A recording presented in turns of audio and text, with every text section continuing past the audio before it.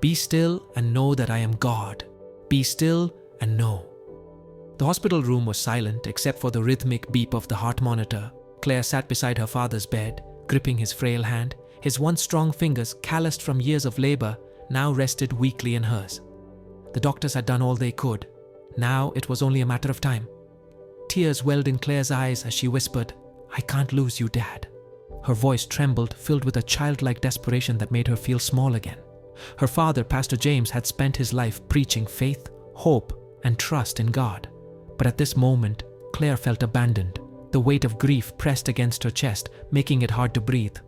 "God, where are you?" she prayed, her heart breaking. "Why aren't you healing him?" As if sensing her turmoil, her father stirred slightly.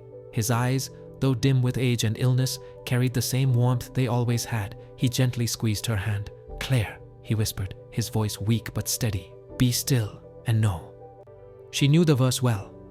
"Be still and know that I am God." Psalm 46:10. It had been her father's favorite scripture, the words he had lived by, preached, and held on to through every storm in life. "But how, Dad?" she choked out. "How can I be still when I'm losing you?" A soft smile played on his lips. "Because, my dear, God isn't only in the miracles. He's in the stillness, in the waiting, in the moments when we don't understand." Claire looked at him through blurry eyes. She had always believed in God, but this pain, this helplessness, was testing her faith.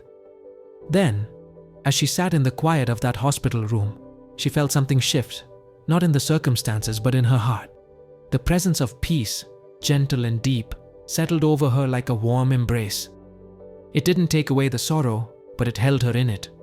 Her father closed his eyes, his breathing slowing. "He's here, Claire. Just be still." And in that moment, she understood. God was not absent. He was there, in the silence, in the heartbreak, in the love between a father and daughter. And as she held her father's hand for the last time, she finally let go, not of him, but of her fear, because she knew God was with her, always.